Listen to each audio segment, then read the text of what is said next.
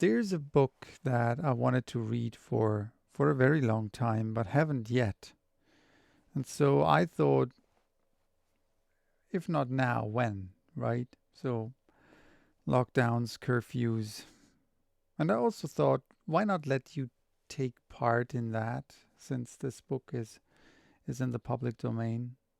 So this is The Wonderful Wizard of Oz, chapter by chapter, um, found on wikisource.org. So here's chapter 1 of The Wonderful Wizard of Oz, The Cyclone. Dorothy lived in the midst of the great Kansas prairies with Uncle Henry, who was a farmer, and Aunt Em, who was the farmer's wife. Their house was small, for the lumber to build it had to be carried by wagon many miles. There were 4 walls, a floor, and a roof, which made one room, and this room contained a rusty-looking cook stove, a cupboard for the dishes, a table, 3 or 4 chairs, and the beds. Uncle Henry and Aunt Em had a big bed in one corner, and Dorothy a little bed in another corner. There was no garret at all, and no cellar, except a small hole dug in the ground called a cyclone cellar, where the family could go in case one of those great whirlwinds arose, mighty enough to crash any building in its path. It was reached by a trap-door in the middle of the floor, from which a ladder led down into the small dark hole. When Dorothy stood in the doorway and looked around, she could see nothing but the great grey prairie on every side. Not a tree nor a house broke the broad sweep of flat country that reached into the edge of the sky in all directions. The sun had baked the ploughed land into a grey mass, with little cracks running through it. Even the grass was not green, for the sun had burned the tops of the long blades until they were the same grey colour to be seen everywhere. Once the house had been painted, but the sun blistered the paint and the rains washed it away, and now the house was as dull and grey as everything else. When Aunt Em came there to live, she was a young pretty wife. The sun and wind had changed her too. They had taken the sparkle from her eyes and left them a sober grey. They had taken the red from her cheeks and lips, and they were grey also. She was thin and gaunt, and never smiled now. When Dorothy, who was an orphan, first came to her, Aunt Em had been so startled by the child's laughter that she would scream and press her hand upon her heart whenever Dorothy's merry voice reached her ears. And she still looked at the girl with wonder that she could find anything to laugh at. Uncle Henry never laughed. He worked hard from morning till night, and did not know what joy was.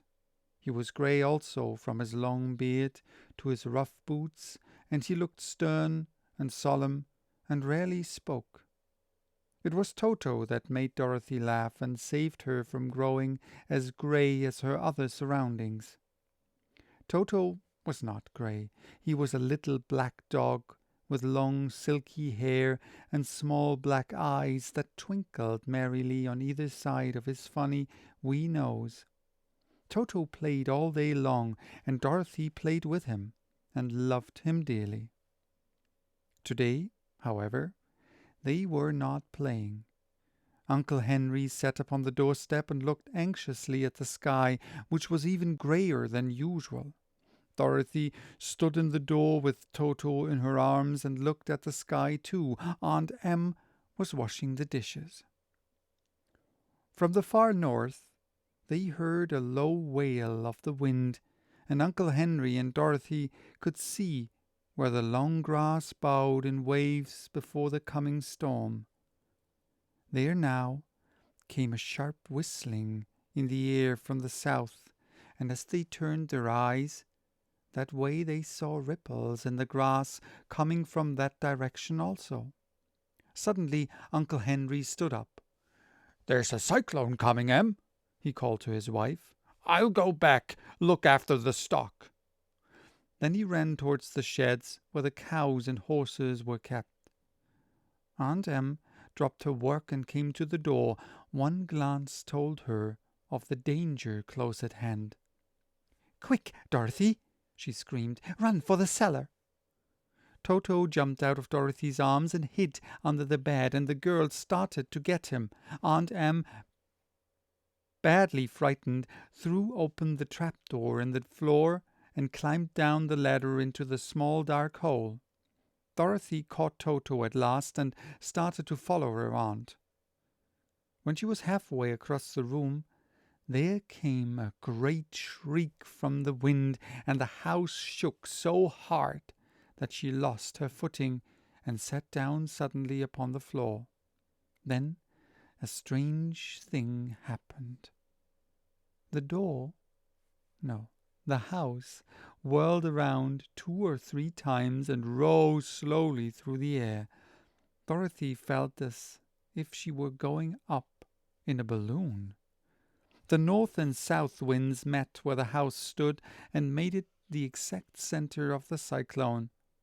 In the middle of a cyclone the air is generally still, but the great pressure of the wind on every side of the house raised it up higher and higher until it was at the very top of the cyclone, and there it remained and was carried miles and miles away, as easily as you could carry a feather. It was very dark, and the wind howled horribly around her, but Dorothy found she was riding quite easily. After the first few whirls around, and one other time when the house tipped badly, she felt as if she were being rocked gently like a baby in a cradle. Toto did not like it. He ran about the room, now here, now there, barking loudly, but Dorothy sat quite still on the floor and waited to see what would happen. Once Toto got too near the open trapdoor and fell in, and at first the little girl thought she had lost him, but soon she saw one of his ears sticking up through the hole, for the strong pressure of the air was keeping him up so that he could not fall. She crept through the hole, caught Toto by the ear, and dragged him into the room again, afterward closing the trapdoor so that no more accidents could happen. Hour after hour passed away, and slowly Dorothy got over her fright, but she felt quite lonely, and the wind shrieked so loudly all about her that she nearly became deaf. At first she had wondered if she would be dashed to pieces when the house fell again, but as the hours passed and nothing terrible happened, she stopped worrying and resolved to wait calmly and see what the future would bring. At last she crawled over the swaying floor to her bed and lay down upon it, and Toto followed her and lay down beside her. In spite of the swaying of the house and the wailing of the wind, Dorothy soon closed her eyes and fell fast asleep. Till tomorrow with Chapter 2.